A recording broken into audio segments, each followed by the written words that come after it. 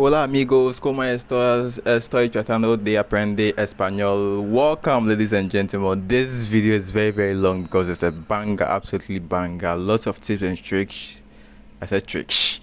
Lots of tips and tricks I really want you to know, so smash that like button and I promise by the end of the video you're gonna learn something really new. It's long because there's a couple of matches to Division 1. So the first trick is use the two option trick. What the two option does is it draws two of your players to the corner line and two of opponent's players also to the corner line. So if the opponent has lots of tall players, this trick is going to draw the tall players to the line. Meanwhile, all your tall players would be back. If you didn't understand what I just said, join the Telegram channel. I'll explain it there. Also, the reason why it didn't work is, as you know, tricks don't work always, but it does work. You'll see later in this video that this particular trick actually worked in a certain match in our Division 1 rank push. So now let's talk about the main thing I really want you guys to know. That's the main purpose of this video, is physical contact. You don't need too high physical contact. So let me do a classification of something. So if your players have very high defensive awareness, let's say 99 defensive awareness and 99 physical contact, those players are players that you would find very difficult to control. Now, right beneath those players are, let's say, players that have 99 defensive awareness but about 70 to 80 physical contact. Now these players, you would moderately be able to control them. You can control them better than those with high physical contact. Now beneath this two category, now we have players with low defensive awareness, let's say like 80 defensive awareness but very high physical contact like 99. With these players too, you can control them much better than the second ladder, which is players with high defensive awareness but low physical contact around 80. So as you can see on the screen, I've placed the values. The players with high defensive awareness, high physical contact are very hard to control. Right beneath that is high defensive awareness but around 80 physical contact. Those players, you can moderately control them, but they are as good as the number one on the list. Now the number three, these players, you can control them much better than the number two on the list, and number four on the list are players that have low physical contact and low defensive awareness. These players, you can control them much better than number one, number two, number three.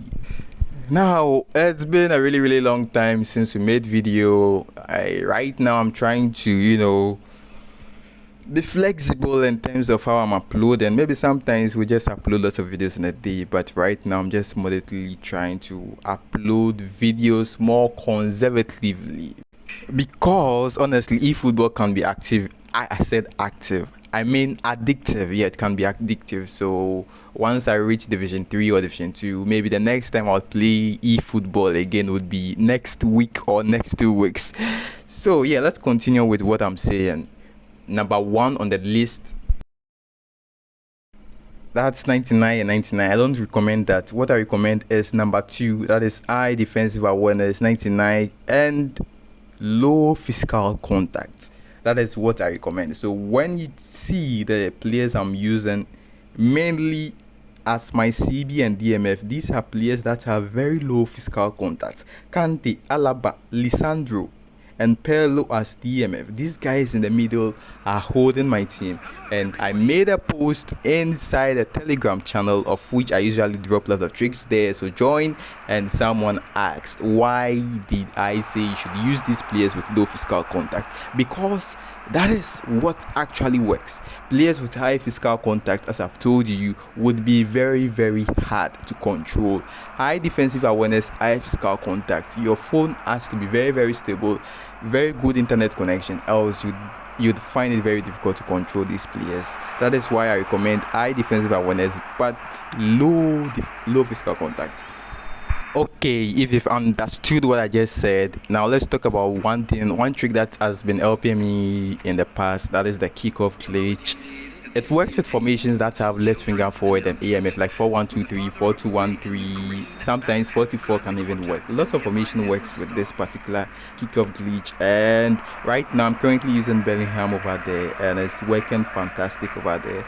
The only reason why you might not be able to score this glitch if you are using the players I use or you have better players would be internet lag.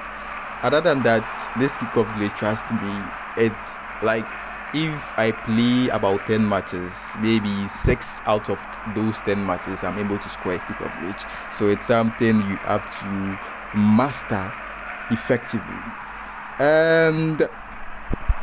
And there is one last trick I'll talk about that'll be at the end of the video, but before that, let's see how the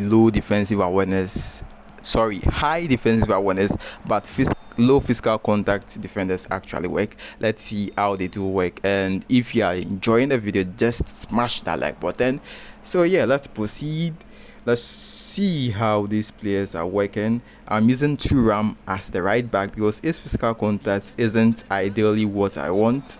So Thuram has a higher physical contact than Lisandro, so he's at right back. Although Lilian Thuram can play the center back, I'm not playing over there.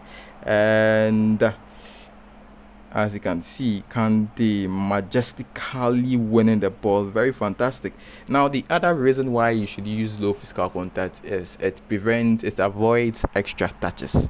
Sometimes your players will be doing extra touches, particularly at the defense. If you have this kind of players, you would see that you'd avoid these mistakes that happens because of high physical contact, these extra touches. Everything is going smooth, even though the match is not so smooth.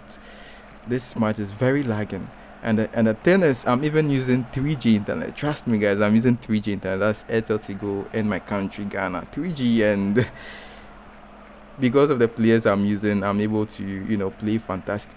Although this is not how I would like to enjoy the game, but it's manageable. And you see, there is no that's Costa Queta, and even though he pushed the ball forward a bit, it was a little. His physical contact is still high. That's why I'm playing him as left back. I would have played him as center back if his physical contact was lower. But right now, players with low physical contact, high defensive awareness, Kante, Halaba, who is the other player? Kante, Halaba, and Lisandro Martinez. You could also use Perlo as center back if he has the blocker skill, but this Perlo I'm using doesn't have the blocker skill. I would love to give him the blocker skill, but I don't have enough trainers to do that.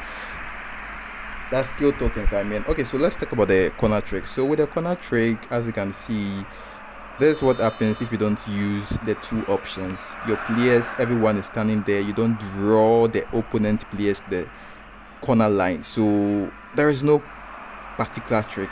Now this is what happens when you use the trick of the two options. So with the two options, you draw two players towards the corner line, and this is what actually happens. Your two players, that's your short players, come forward, but the opponent's tall players would come towards you as well. So it gives your tall players more free space for them to score the corner. And smash the like button. I'm gonna see you guys in the next one. Join Telegram channel, and bye bye, peace out.